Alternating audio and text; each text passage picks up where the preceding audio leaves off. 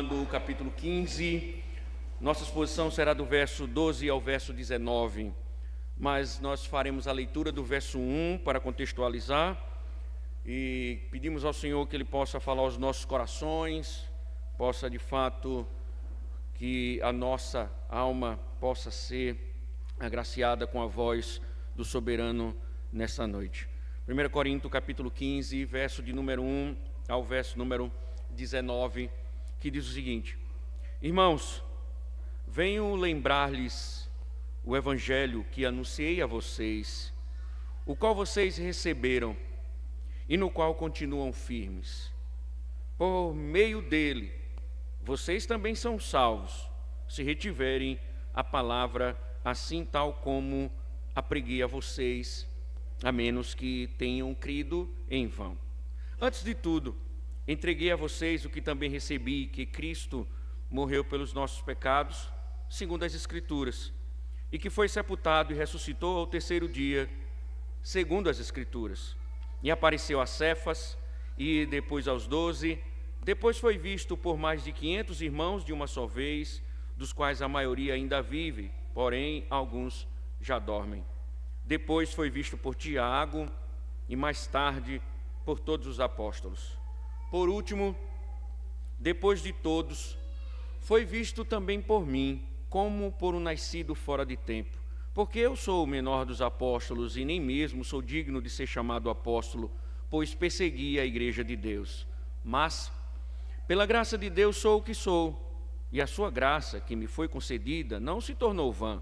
Pelo contrário, trabalhei muito mais do que todos eles. Todavia não eu, mas a graça de Deus comigo. Portanto, seja eu ou sejam eles, assim pregamos e assim vocês creram. Verso 12, que será o texto até o 19 da nossa exposição. Ora, se o que se prega é que Cristo ressuscitou dentre os mortos, como alguns de vocês afirmam que não há ressurreição de mortos? E se não há ressurreição de mortos, então Cristo não ressuscitou. E se Cristo não ressuscitou, é vã a nossa pregação e é vã a fé que vocês têm. Além disso, somos tidos por falsas testemunhas de Deus, porque temos testemunhado contra Deus que Ele ressuscitou a Cristo, ao qual Ele não ressuscitou, se é certo que os mortos não ressuscitam. Porque se os mortos não ressuscitam, também Cristo não ressuscitou. E se Cristo não ressuscitou, é vã a fé que vocês têm, e vocês ainda permanecem nos seus pecados. E ainda mais, os que adormeceram em Cristo estão perdidos. Se a nossa esperança em Cristo se limita apenas a esta vida, somos as pessoas mais infelizes deste mundo. Senhor, diante de Ti estamos e clamamos o Teu favor, para que possamos Te ouvir, ó Deus, não simplesmente com os nossos ouvidos, mas com os nossos corações, Senhor. Ó Deus, temos sempre pedido porque temos a consciência de que somente Tua voz, somente Tua palavra poderosa tem poder de nos firmar, de nos dirigir, de nos avivar, de converter nossas almas, de nos conduzir, ó Deus, perseverantemente até o fim. Por isso carecemos, somos dependentes, Senhor, da Tua voz. Que seja, ó Deus, unicamente Tua voz ouvida nesta noite. Fala ao Teu povo, Senhor. Acorda aqueles que dormem. Ressuscita os mortos espiritualmente. Converte almas com os corações endurecidos. Sim, Senhor, cremos. Pedimos porque cremos. Tua palavra poderosa pode fazer tudo isso e muito mais. E em nome de Cristo nós te pedimos. Amém. Poder sentar, irmãos.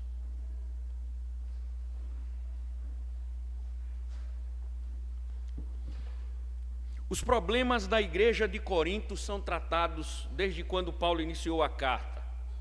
E nos últimos, observamos a gravidade de suas ações desordenadas nas reuniões públicas, conforme vimos Paulo regular o culto da igreja de Corinto.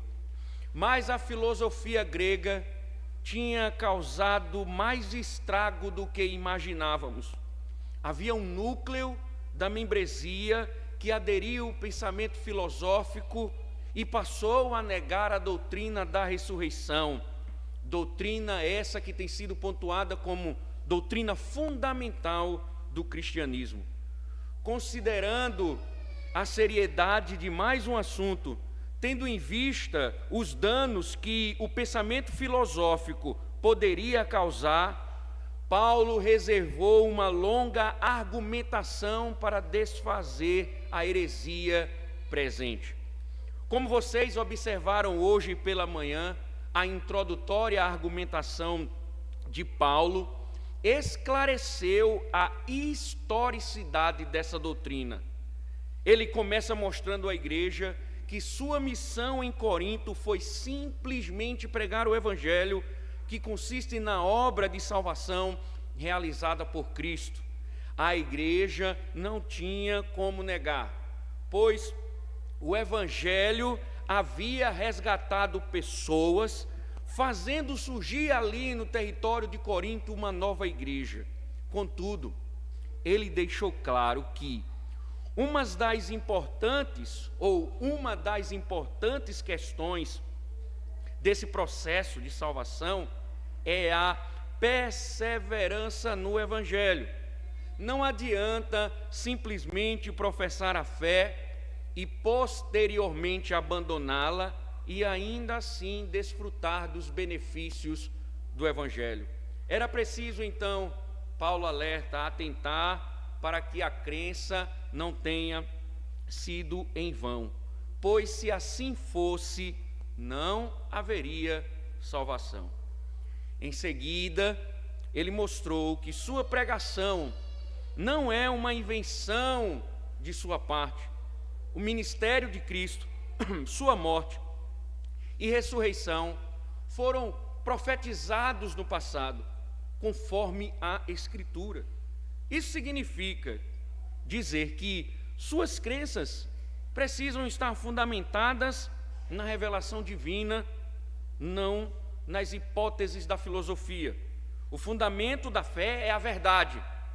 E quando distraímos nossos corações com coisas que não estão reveladas, abandonamos a verdade numa nova direção. Além disso, diz Paulo, há um testemunho da própria igreja sobre o fato em questão. Jesus ressuscitou e foi visto por muitos, que inclusive alguns deles, Paulo diz, ainda estão vivos e poderiam ser indagados sobre o fato. Mas eles tinham uma testemunha bem próxima. Paulo também havia visto Cristo em sua glória no caminho de Damasco, provando que a ressurreição não é uma ficção, mas um fato a ser crido e pregado. E foi isso que ele fez. Pregou o evangelho e viu a graça ser com ele por todos os lados do seu ministério. Ele não somente viu o Cristo ressurreto, mas viu o mesmo graciosamente lhe conduzir em todo o seu ministério. Então, ele deixou evidente que a glória é do Filho de Deus, o Filho que venceu a morte. Tendo, irmãos, reafirmado a ressurreição de Cristo, introdutoriamente, apresentado a ressurreição de Cristo como ponto em comum de toda a pregação e fé cristãs, agora Paulo, com base nisso, vai refutar. Esse trecho é uma refutação àqueles que abraçaram tamanha heresia. Importante pensar com isso que o erro teológico, ele não é inofensivo. Devemos atentar para isso. O erro teológico, a heresia, não é inofensivo. Pelo contrário, toda heresia carrega implicações lógicas, implicações para a vida. Então, assim como vimos, Paulo mostrou, por exemplo, que um culto desordenado traz consequências negativas para o seio da igreja. Não há edificação. A heresia faz o mesmo. Toda heresia tem consequências lógicas. Então, com esse parágrafo, a razão para o presente argumento é declarada pela primeira vez. Alguns deles estão dizendo que não há ressurreição dos mortos. Paulo, então, com uma lógica convincente, aborda primeiro as terríveis consequências dessa posição, mostrando como ela afeta o argumento que acabou de ser apresentado. O resultado lógico da posição deles é que o próprio Cristo não foi ressuscitado dos mortos, se os mortos não ressuscitam, conforme ele vai dizer no verso 13. O restante do argumento trata dessa posição hipotética e detalha o resultado final disso. Tanto a pregação quanto a crença deles não servem para nada se Cristo não ressuscitou. Então a ideia central de Paulo é simples. Se a posição deles, se a posição dos membros da igreja que aderiram à doutrina filosófica prevalecer, eles não têm passado nem futuro, ou seja, não há expectativa nenhuma para eles. Resta-nos então agora voltar ao texto e observar o argumento de Paulo, a lógica de Paulo, refutando a heresia que havia entrado no seio da igreja. Veja que o verso 12, Paulo denuncia o que estava acontecendo. Observem novamente o verso de número 12. Ora, se o que se prega é que Cristo ressuscitou dentre os mortos, como alguns de vocês afirmam que não há ressurreição de mortos. Os versos anteriores, como nós observamos, estabeleceu a base. Cristo ressuscitou conforme as Escrituras e o testemunho da própria igreja e o testemunho do próprio Paulo. É digno de nota que o tempo perfeito no grego indica que a ressurreição de Cristo que aconteceu no passado tem um significado duradouro para o presente. Isto é, por ter vencido a morte, Jesus não só viveu, ressurgiu, mas está vivo e não terá mais que enfrentar a morte, porque a sua ressurreição é uma ressurreição definitiva. Para ser preciso também, observe que o texto grego ele tem o plural mortos, que deve ser entendido num sentido geral. O que estou querendo dizer? Paulo está apontando aqui o seguinte: se Deus então levantou Jesus dos mortos, Ele também levantará os crentes da morte no fim dos tempos. Contudo, Paulo está denunciando o problema. Havia um núcleo que negava essa realidade. Paulo então declarou que Cristo foi erguido dos mortos. Agora ele pergunta: por que alguns coríntios negam a doutrina da ressurreição? Vamos entender um pouco o que permeava esse pensamento filosófico dentro da cultura grega. Eles não rejeitaram essa doutrina da ressurreição em sua totalidade, mas eles reinterpretaram-na dizendo que a ressurreição de Cristo foi espiritual e não literal. Ensinaram que, com Cristo, eles também foram ressuscitados na ocasião de seu batismo. Portanto, o que eles entendiam a partir da filosofia grega é que a ressurreição já tinha acontecido e teve apenas significado passageiro. O que eles imaginavam é que não havia literalidade na doutrina da ressurreição. Não há uma ressurreição real, palpável, visível, mas uma ressurreição espiritual. e já havia passado, já havia acontecido, não haveria mais repetição. É engraçado, irmãos, que esse pensamento filosófico, ele permeia algumas igrejas, porque a filosofia grega estava sendo objetivamente estudada, e muitos cristãos começaram a aderir a esse pensamento.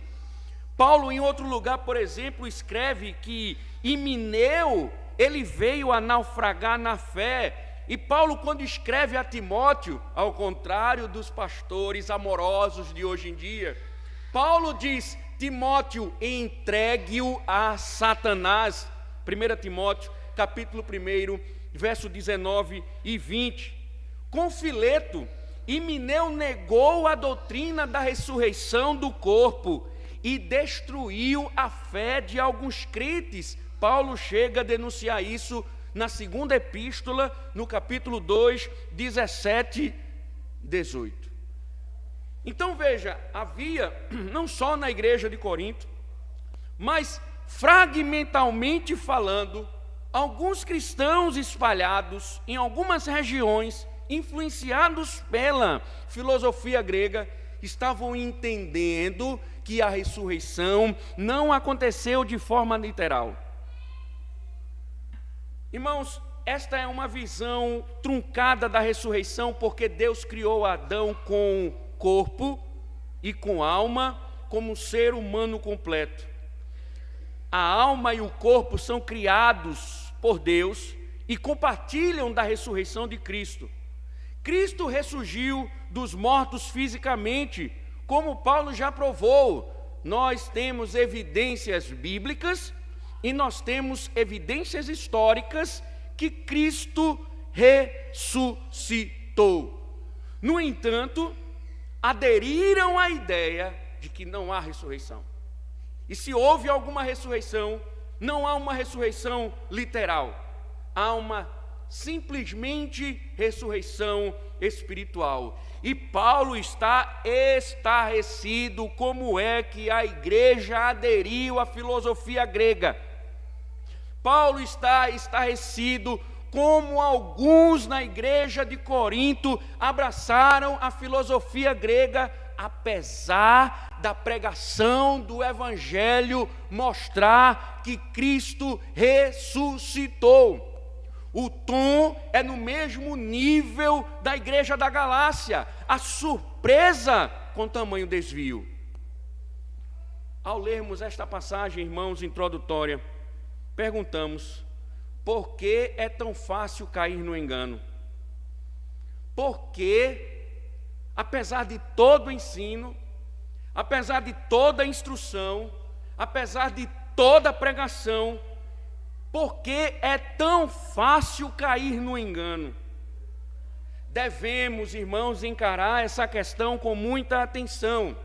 Observem, estamos falando de um apóstolo dedicado, inspirado, que pregou o evangelho puro e simples, mas viu mais uma de suas igrejas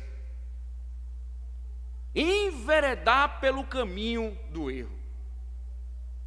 Prestemos atenção, irmãos, numa coisa importante. Enquanto estamos aqui labutando para pregar o evangelho, nesse mesmo instante, há no mundo inteiro pessoas ensinando o erro. E por que tanta gente segue essas heresias? Uma das coisas que nós lutamos aqui, mostramos, instruindo, e eu tenho uma plena convicção, plena convicção, de que esse sangue eu não irei carregar no dia do juízo, é que há muita ignorância sobre as verdades bíblicas. Há muita ignorância com relação às verdades reveladas. Por isso, irmãos, que se faz necessário a cada dia mergulhar na verdade, para não sermos presas fáceis da mentira. Precisamos mergulhar, precisamos nos dedicar à tarefa da dedicação, a tarefa da leitura das Escrituras, a tarefa do conhecimento das Escrituras, não é somente uma tarefa do ministro do Evangelho. Todos vocês estão debaixo da ordenança do Senhor, para que conheçam a verdade, para que não trilhem o caminho da ignorância. Se faz necessário mergulhar na verdade para não sermos presas fáceis da mentira. Entretanto, observem, irmãos, que no caso da nossa igreja, ainda que haja muito ensino, muitos não estão preocupados com isso. Olha, irmãos, eu não posso negar que a nossa igreja tem sido alimentada. A nossa igreja tem recebido o evangelho puro e simples, que foi defendido pelos nossos pais presbiterianos puritanos, que foram temas de debates na história da igreja, que pessoas morreram por causa dessas verdades. Nós estamos aqui incansavelmente lutando, e o que se espera, conforme Paulo escreve a Timóteo, é que o pastor e o ministro do Evangelho se dediquem na pregação da palavra. Por isso que Paulo chega a dizer à igreja de Éfeso que o pastor ele tem que ser mestre, ele tem que ter o conhecimento, ele tem que ter o conhecimento da lei para instruir. Mas às vezes fico a pensar, quantos não estão desfazendo de tudo isso? É mais fácil, apesar de toda a dedicação, é mais fácil seguir as mentiras que estão ouvindo. Isso é preocupante, porque quando nós não estamos emprestando o ouvido à verdade, significa que estamos caminhando mais distantes do Evangelho. Quando não paramos para ouvir, Paulo pregou à igreja e eles foram para a filosofia. Quanto mais nos afastamos da verdade, mais andamos no caminho da mentira. Então, cuidado com o que você anda ouvindo por aí, achando que é verdade, pois distorções do Evangelho trazem grandes gravidades. Muito cuidado. Não é porque fala em nome de Deus que é a verdade.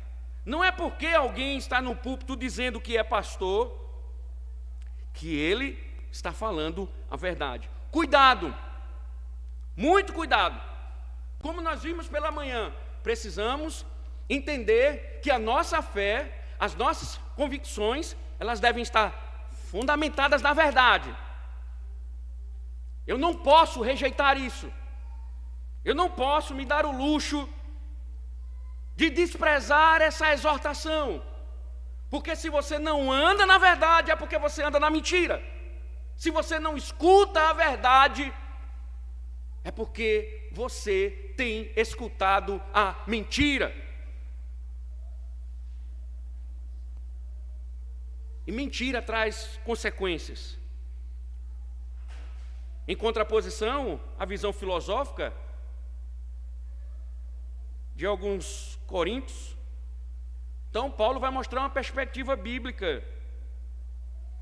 E ele vai mostrar o contraste com a lógica para dizer à igreja, traz consequências a heresia. O erro traz consequências, a heresia traz consequências.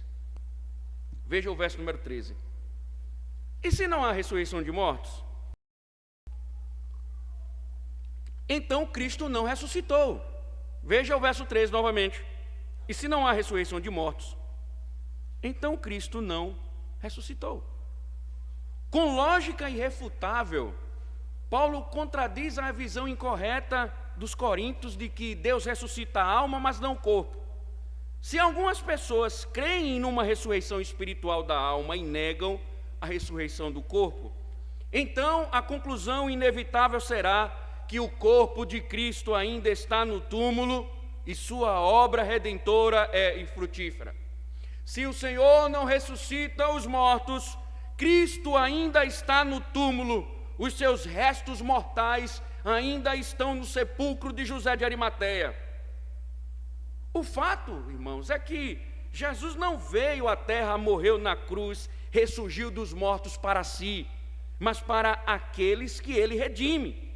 Então entendam, um evangelho sem a doutrina da ressurreição não tem nenhuma mensagem de redenção. Tirar a doutrina da ressurreição dos mortos, anula-se toda doutrina da redenção. Por isso que Paulo prossegue no verso 14, observe: e se Cristo não ressuscitou, é vã a nossa pregação, e é vã a fé que vocês têm. Observem, Paulo continua escrevendo uma sentença condicional que contrasta com o ensino incorreto com a realidade. Negar a ressurreição de Cristo é ir contra toda a evidência pertinente que estava à disposição da igreja primitiva. Paulo disse: centenas de pessoas do tempo de Paulo podiam testificar da ressurreição, que viram pessoalmente o Cristo glorificado. Fora os apóstolos, ele diz que cerca de 500 pessoas viram o Senhor vivo. Paulo pôde dizer aos coríntios: consultem as testemunhas, porque até eu vi Cristo no caminho de Damasco, por isso eu proclamo o Cristo ressurreto. Mas Paulo diz: se vocês insistirem nisso, se vocês continuarem a pensar filosoficamente, a lógica é simples. Nossa pregação é vã, também sua fé é vã. A lógica do discurso é irresistivelmente séria. Se Cristo ainda está no túmulo fora de Jerusalém, ele argumenta: então o conteúdo da minha pregação nada mais é do que palavras vazias, e eu, assim como todos os outros apóstolos e pregadores, sou um charlatão. E mais, a fé de todos aqueles fiéis que escutaram Paulo e seus companheiros é vã. Tanto ele como os seus ouvintes estariam mal servidos se tivessem de crer numa mentira e perpetuá-la. Irmãos, que interessante, porque observamos como a heresia, ela surge para anular a verdade. Ela vem para desfazer aquilo que é genuinamente pregado. Importante, irmãos, considerar o seguinte: a heresia, ela vem tomar o lugar da voz de Deus. Ela vem desfazer aquilo que Deus afirma. O erro não é uma perspectiva diferente, é a voz contrária às Escrituras. E veja, irmãos, o que Paulo disse aqui é muito importante, porque eles estavam na igreja. Não é assim na igreja moderna. Você pode fazer parte da igreja e você pode pensar do jeito que você quiser. É um crente na igreja seguindo Caio Fábio, é um crente na igreja seguindo liberais, é outros crentes da igreja ouvindo o romanismo, a idolatria de Roma. E muitas vezes a igreja é formada por pensamentos ecléticos. Me faz lembrar uma igreja que eu pastoreei, que eu cheguei nela, e eu disse assim: esse povo é o quê? É pentecostal, é neopentecostal, é espírita? O que esse povo é? Uma igreja que eu pastoreei, sabe? E aí eu fiquei pensando, não tem identidade, não tem convicções, há uma pluralidade. E Paulo está dizendo: opa, vamos parar, não é assim não. Mas estava todo mundo dentro da igreja, estava todo mundo achando que estava tudo muito certo, que estava tudo muito verdadeiro. Não é assim, as pessoas convivem, as pessoas negam a verdade. E o que Paulo está dizendo é uma questão muito importante, meus irmãos, que eu bato nessa tecla e vou bater até morrer. Se não há evangelho, é mentira. E mentiras são mentiras de Satanás e não produzem vida.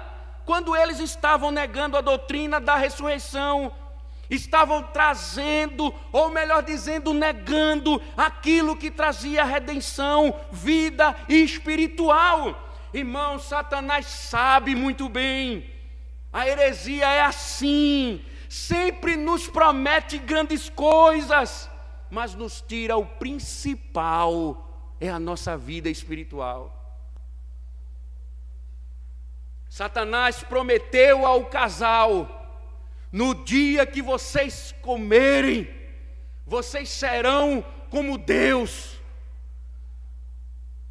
Mas ocultaram do casal as perdas. Mas ocultou do casal as perdas. E eles, pensando que seriam como Deus, morreram, caíram do seu estado de pecado. A heresia sempre é assim, ela sempre promete um caminho paralelo à verdade, nos promete grandes coisas, muitas vezes nos trazem alegrias, mas ela vai tirar o principal, nossa vida. Entendam com isso, irmãos, heresia não é uma questão de opinião. Parem com esse pensamento mundano, isso é mundanismo. Na história da igreja, heresia sempre foi heresia. Aquilo que é contrário à verdade de Deus é heresia. Não é uma simples opinião, não é uma simples visão. É heresia, é mentira do diabo para destruir a igreja.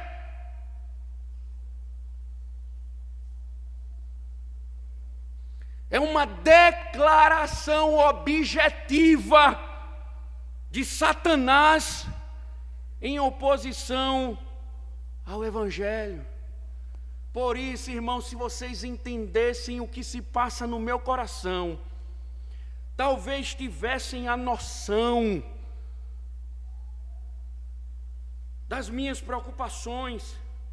Por isso que eu labuto incansavelmente para orientar a igreja no caminho da verdade, porque heresia mata, destrói, e muitas vezes leva o cristão a negar a fé, porque não é uma questão de opinião, é uma voz em oposição à voz divina. Essa é a grande briga. Deus disse, e o diabo diz, Deus não disse. E só existem duas vozes que você pode seguir: a de Deus, que é firme, que tem vida, que sustenta, que guia, que persevera, ou a voz do diabo, que lhe leva futuro a negar a sua fé. Por isso, irmãos, é importante o ministério da palavra. Vá comigo lá para a epístola de Paulo a Timóteo, logo no começo, na primeira.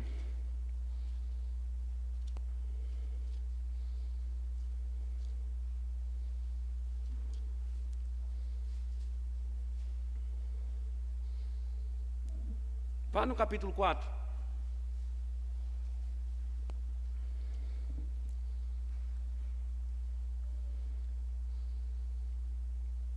Veja o que Paulo diz no verso 1.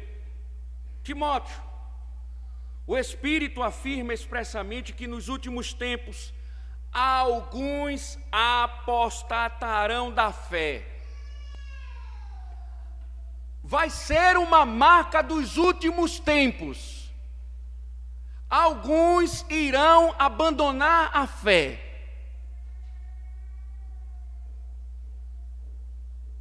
Por obedecerem a espíritos enganadores e a ensinos de demônios. por trás do falso ensino está o inferno. Por trás da heresia, não é uma questão de opinião, é uma ação objetiva do reino das trevas para desviar os filhos de Deus, para desviar os homens do caminho da verdade.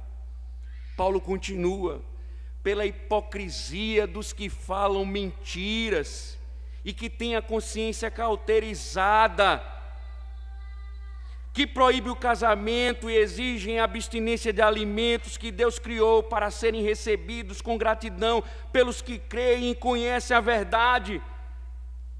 E aí Paulo orienta Timóteo no verso 6, veja, expondo estas coisas aos irmãos.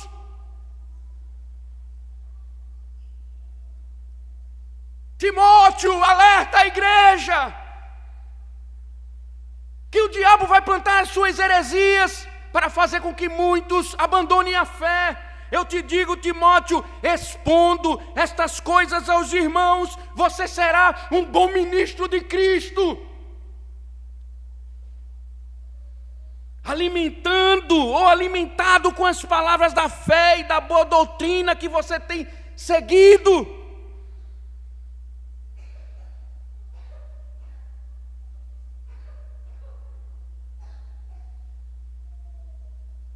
Precisamos, irmãos, entender. Paulo orienta o pastor Timóteo, já estou dando alguns insights para vocês da epístola de Paulo a Timóteo. Porque o que ele está dizendo é que o jovem pastor deveria instruir a sua igreja com relação a isso. E Paulo aqui está no embate com os membros da igreja, porque eles estavam aderindo à filosofia grega, e o que nós estamos vendo é heresia mata, destrói, leva o homem que diz professar a fé a abandoná-la. E isso é tão sério, irmãos. Veja o verso 15, novamente, do capítulo 15. Além disso, somos tidos por falsas testemunhas de Deus, porque temos testemunhado contra Deus que Ele ressuscitou a Cristo, ao qual Ele não ressuscitou, se é certo que os mortos não ressuscitam. Veja que Paulo, olha a consequência lógica, irmãos, do argumento de Paulo. Se não existe ressurreição, Cristo não ressuscitou. Se Cristo não ressuscitou, é vã a minha pregação. A fé de vocês também.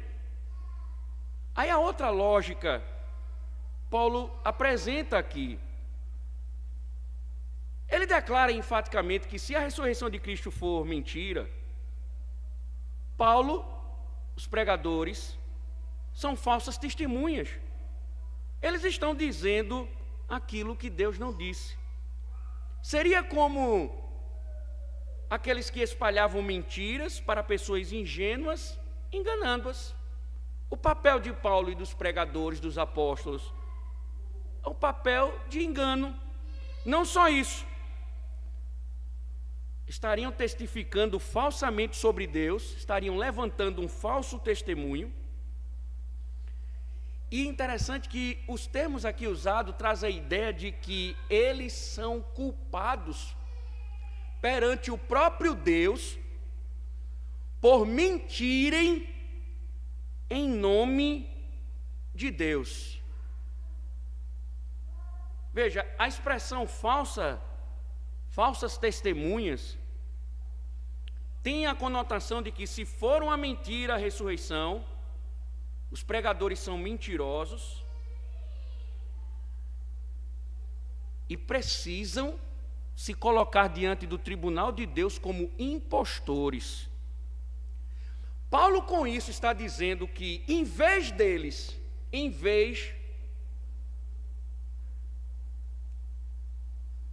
de serem pregadores do Evangelho, eles são, na verdade, falsos profetas, porque eles estão dizendo o que Deus não disse, o que Deus não fez. Percebe o argumento de Paulo? Se Deus não ressuscitou e nós estamos dizendo que Ele ressuscitou, nós somos falsos profetas e vamos comparecer diante do tribunal de Deus, porque estamos mentindo, dizendo que Deus falou alguma coisa, quando Deus não falou nada. Veja, irmãos, que a heresia é o caminho do falso testemunho.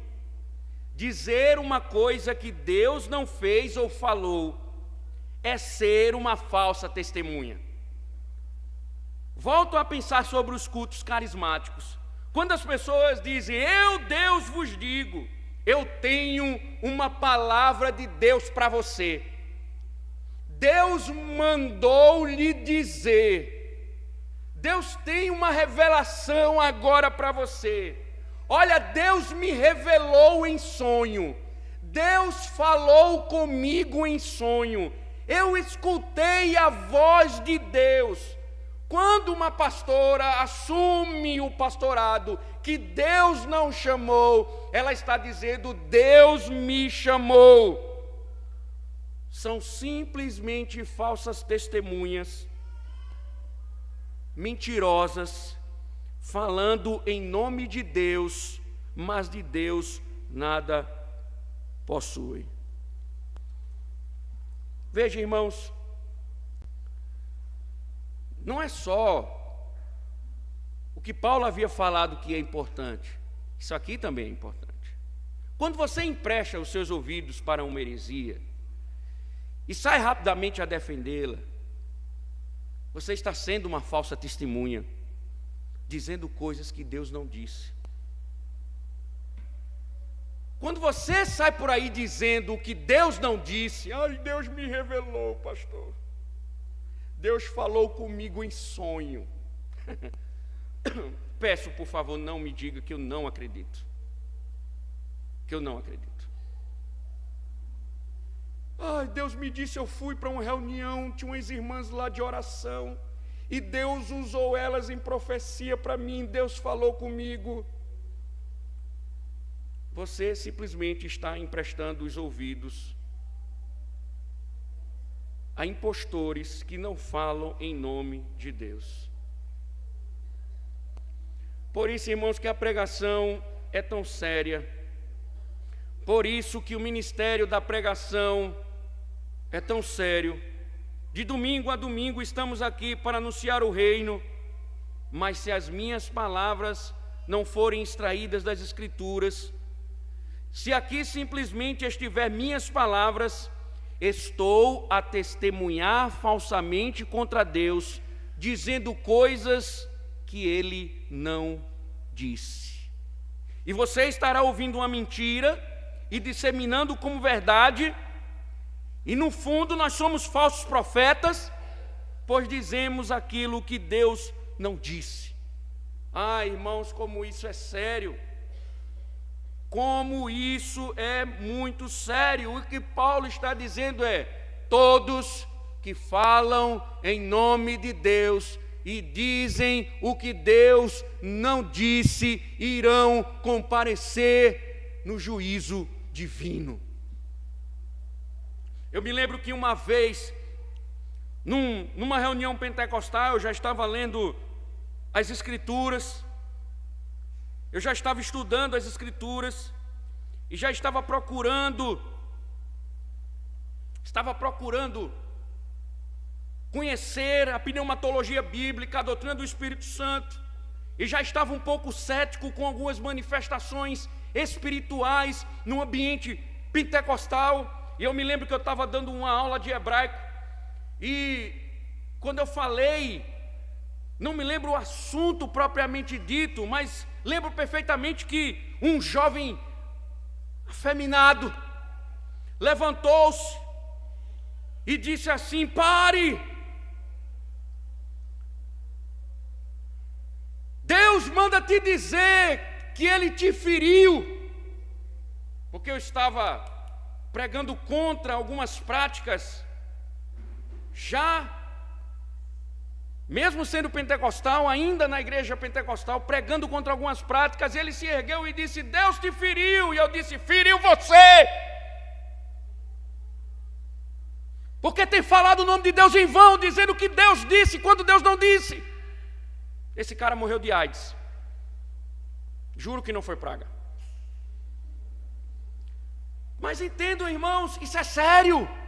Alguém dizer: Deus mandou falar, Deus mandou dizer, eu tenho um recado de Deus para você.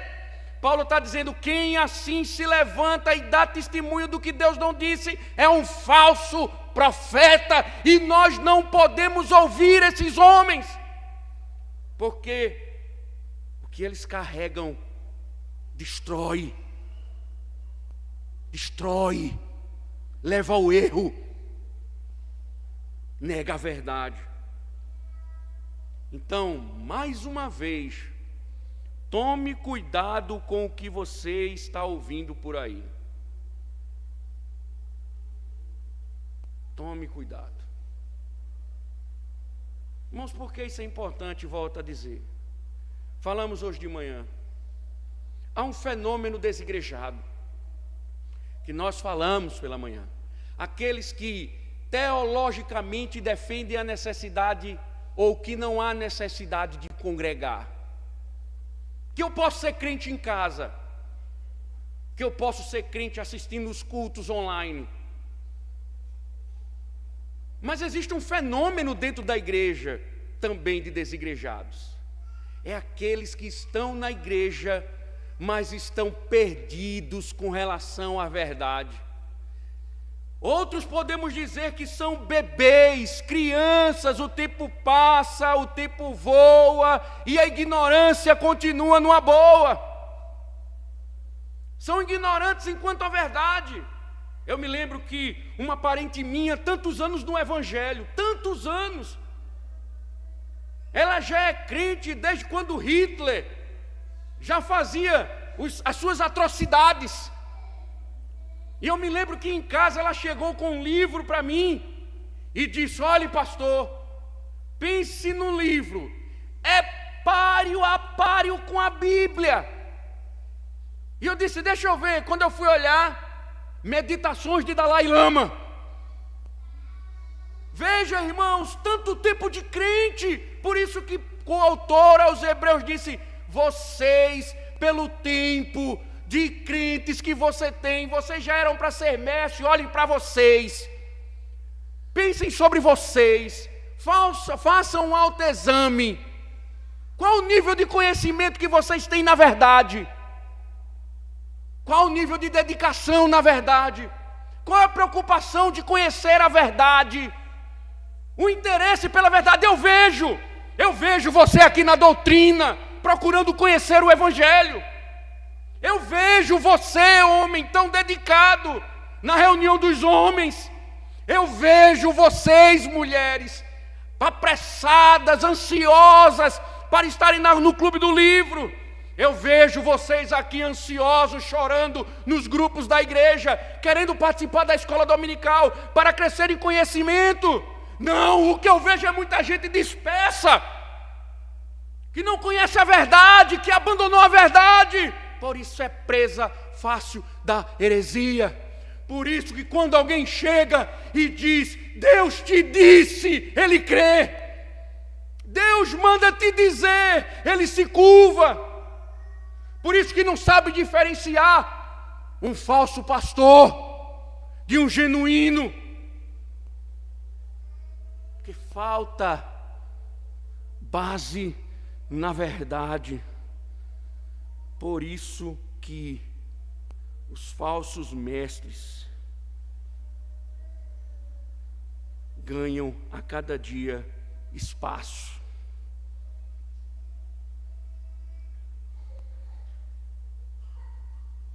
Mas ninguém estará isento. Ninguém estará isento do juízo de Deus. Por isso, irmãos, que eu não me preocupo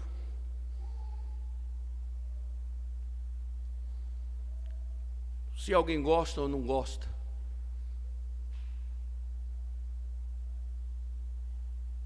Se eu grite ou não. Se eu fale manso ou não. Eu me preocupo se eu estou mentindo. Porque há tanta gente com voz mansa, contando mentiras. Tem tanta gente com voz suave. Estávamos aqui falando no Clube do Livro segunda-feira, algumas mulheres devem lembrar. Uma das características que a Escritura denuncia do falso profeta é que ele é amável, ele é doce, ele fala manso, ele é agradável, ele não ofende não. A gente vê pelo profetismo do Antigo Testamento. Pega um Jeremias dizendo: haha, e preste atenção, o Senhor vai pegar vocês. O Senhor vai levantar uma nação, viu? E vai escravizar vocês, cuidado. Deus está irado. Deus está irado com vocês. Aí levantava o falso profeta. Amados, idolatrados e venerados, povo do Senhor, não dei crédito a este homem alucinado. Ele fala por si mesmo, porque Deus é amor. Deus é amor. Pensem comigo. Deus tirou vocês da terra do Egito, amados, queridos. Deus tirou vocês da terra do Egito para escravizá-los novamente. Não, isso é um bêbado. Isso é um louco. E o povo dizia: este é profeta. Aí Deus dizia: Jeremias, vai lá de novo. Vai lá de novo. Voltei de novo com a corda toda. Assim diz o Senhor: estou levantando uma nação contra vocês, se arrependam.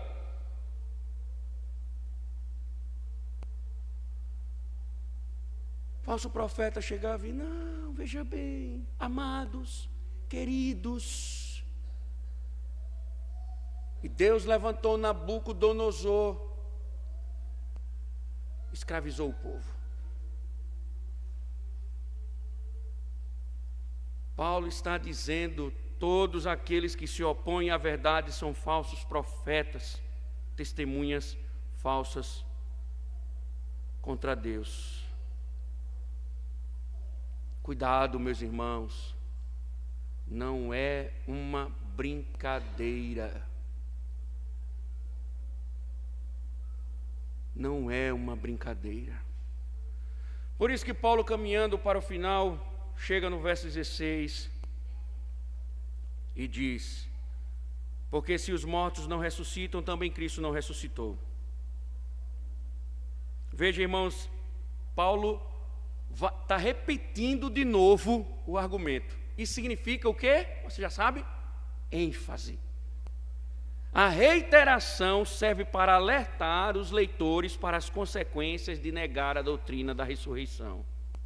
Aqueles que negam a doutrina implicitamente rotulam Deus de mentiroso e os apóstolos de testemunhas falsas. Mas essas pessoas devem reconhecer que irão comparecer diante do tribunal de Deus para dar conta daquilo que disseram, e ninguém vai escapar das heresias.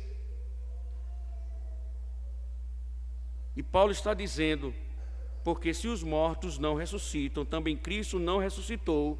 E o verso 17, e se Cristo não ressuscitou, é vã a fé que vocês têm, e vocês ainda permanecem nos seus pecados. Paulo estende a lógica, irmãos, para que seus leitores vejam o efeito da negação da doutrina. Ele aplica passo a passo e repete. Se vocês negam a ressurreição, então devem perceber que sua fé não vale nada. Paulo usa o adjetivo vão, que tem o mesmo sentido de algo sem valor. Por que algo sem valor? Primeiro, se Cristo não ressuscitou do túmulo, ele está morto. Um Cristo morto é incapaz de justificar os crentes. Os crentes não justificados automaticamente permanecem em seus pecados. Se Cristo não ressuscitou, estamos perdidos, porque continuamos nos nossos pecados. Veja, irmão, meus irmãos, vejam como a heresia é tão miserável que ela tira a percepção de uma consequência tão danosa. Sem o Cristo ressurreto não existe justificação. Sem a justificação não existe a fé viva. Sem a fé viva não existe perdão de pecados. Então Paulo está dizendo: se vocês permanecem em seus pecados, sua fé nada vale. Vocês não mostram nenhum sinal, ou vocês não têm nenhum sinal que pertencem ao povo santificado de Deus. Pior ainda, se os pecados não foram perdoados, vocês não são salvos. Então, irmãos, a preocupação de Paulo é que a igreja entenda a lógica do seu argumento e vejam o erro.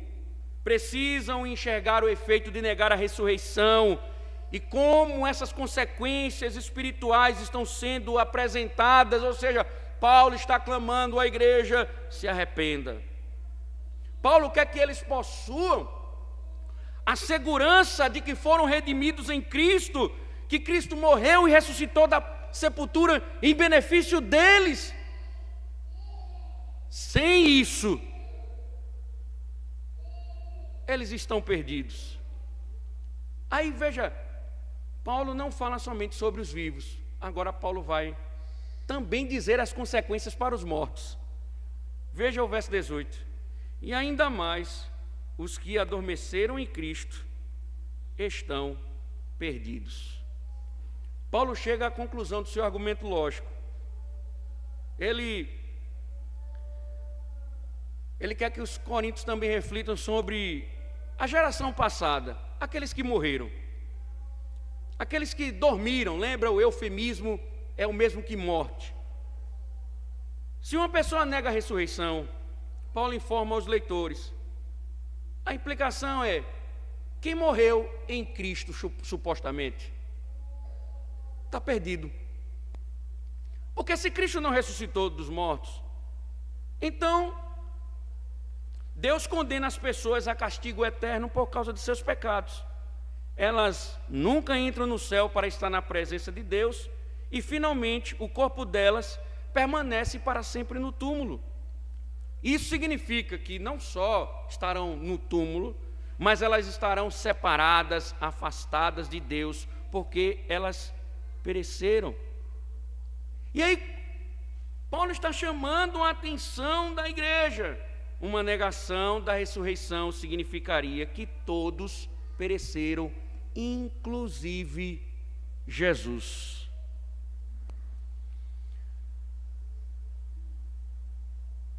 Mas o que nós estamos aprendendo hoje é que Jesus Cristo ressuscitou dos mortos e está vivo. A morte é incapaz de quebrar o vínculo que existe entre Cristo e os crentes durante toda essa vida terrena. Esse vínculo continua adentrando a vida do além e dura eternamente. E com isso Paulo fecha o argumento. Verso 19. Veja, se a nossa esperança em Cristo se limita apenas a esta vida, somos as pessoas mais infelizes deste mundo.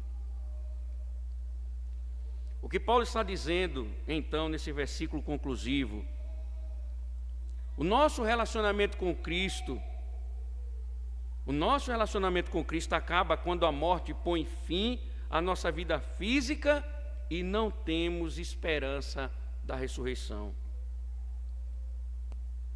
Desde o tempo da conversão até o da morte, os coríntios que morreram tinham vivido com base na esperança.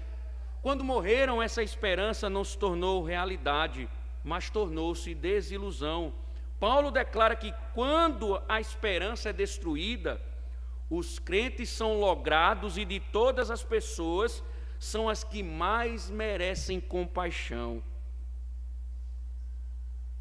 Os crentes são os que mais merecem compaixão devido à desilusão da fé. Os descrentes, eles já vivem sem esperança e por isso eles buscam tirar proveito dessa vida, porque tudo se resume aqui. Mas os crentes esperam pela restauração de todas as coisas na vida futura. Então, se sua esperança desaparece na hora da morte, Paulo está dizendo, nós somos dignos de compaixão, muito mais do que os ímpios. Porque o ímpio não tem esperança, nós temos, mas é uma esperança falsa, porque Cristo não ressuscitou, segundo a filosofia que estavam defendendo. Irmãos, penso que Paulo faz um contraste fundamental entre as perspectivas da verdade e a heresia. A heresia traz danos. A mentira faz com que pessoas abandonem lentamente o caminho da verdade. E no próprio argumento está em vista a esperança versus a frustração de um entendimento equivocado da revelação. Dado esse fato, importante frisar, nesse momento, que o Evangelho carrega coisas que muitas vezes insistimos em negar para abraçar a mentira. Caminhando para o final, primeiro, o Evangelho é vida. O que Paulo vem mostrando, que o Evangelho é vida. Não somente isso, o Evangelho é a única mensagem que tem esperança. Estamos vivendo a cada dia, melhor dizendo, vendo, não só vivendo a cada dia, mas estamos percebendo que o mundo está a naufragar. E os ímpios desesperados procuram por todos os lados uma forma de satisfação e de redenção. Feminismo, comunismo, existencialismo, cientificismo e tantos ismos são expectativas filosóficas que buscam redimir o homem nesta vida. Mas nenhuma delas, já pararam para pensar, tem esperança após a morte. São filosofias que procuram redimir o homem nesta vida, mas não trazem uma mensagem do que acontece após a morte. Porque, para muitos, com a morte, tudo finda. Na perspectiva do Evangelho, na perspectiva da verdade, da única verdade fundamental, os cristãos vivem essa vida, mas sempre na expectativa que eternamente felizes irão ficar. Há uma expectativa fora desta vida. E a heresia vem justamente para fazer com que esqueçamos dessa verdade. Isso nos deve fazer pensar que a obra de Cristo não foi posta e aplicada para nos fazer ou promover um tipo de felicidade momentânea, mas uma esperança eterna com Ele, onde a felicidade plena nós iremos gozar. Cristo não prometeu felicidade nesta vida. Cristo não prometeu felicidade nessa vida, mas nos prometeu uma esperança eterna. Nesse caso, como falei de manhã, a doutrina da ressurreição, a verdade de Deus, deve nos fazer enxergar a vida com mais otimismo, entendendo que as lutas, desafios, durarão certo momento. E quando a morte chegar, a alegria deve nos contagiar, pois desfrutaremos das maravilhas que foram eternamente construídas para nos alegrar. Nós temos a esperança. Nós vivemos a expectativa de um novo mundo. Nós vivemos a expectativa de um novo lar. Por isso, precisamos caminhar e firmar os nossos passos na verdade. Unicamente na verdade, para que não venhamos a diluir as nossas esperanças no caminho da mentira.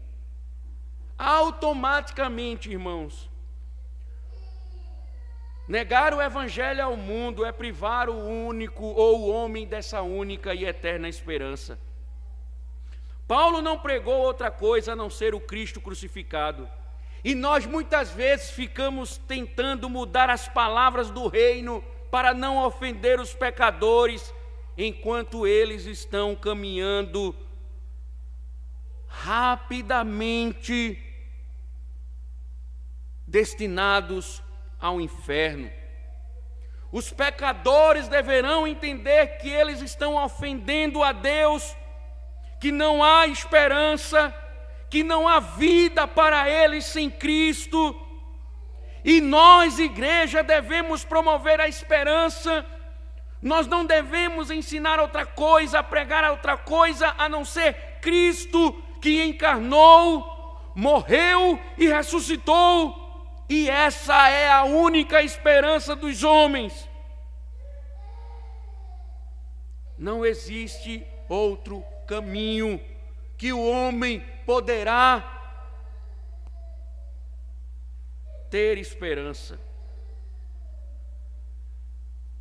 E essa não é uma esperança passageira, mas aquela que redime a alma. E mesmo que as coisas estejam ruins, importante mesmo é que a alma estará guardada.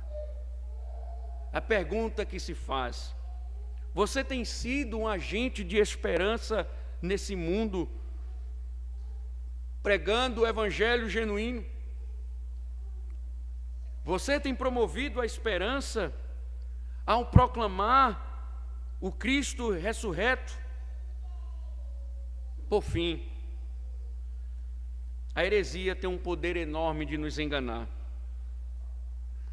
E ela sempre tem uma proposta maliciosa de desfazer a nossa fé. As falsas promessas e tantas outras coisas nos prendem a essa vida e somente a ela.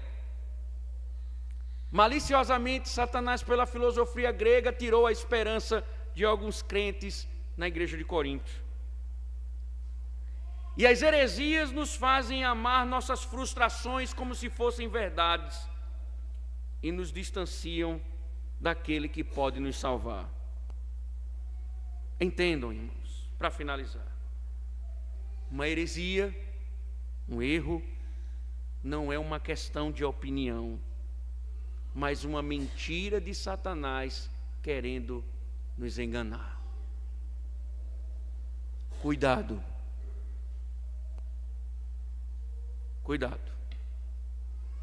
Por isso que o Senhor disse às igrejas da Ásia: ouça o que o Espírito diz às igrejas. Ouça. Senhor, graças te damos, ó Deus, pela tua palavra.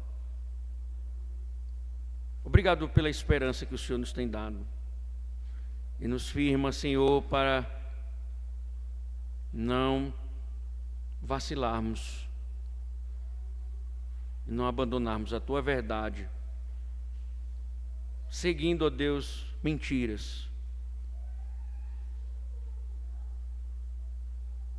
que nos afastam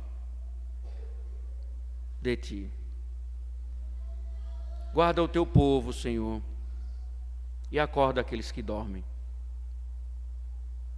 para que eles voltem ao caminho da verdade, com segurança, em nome de Cristo. Amém.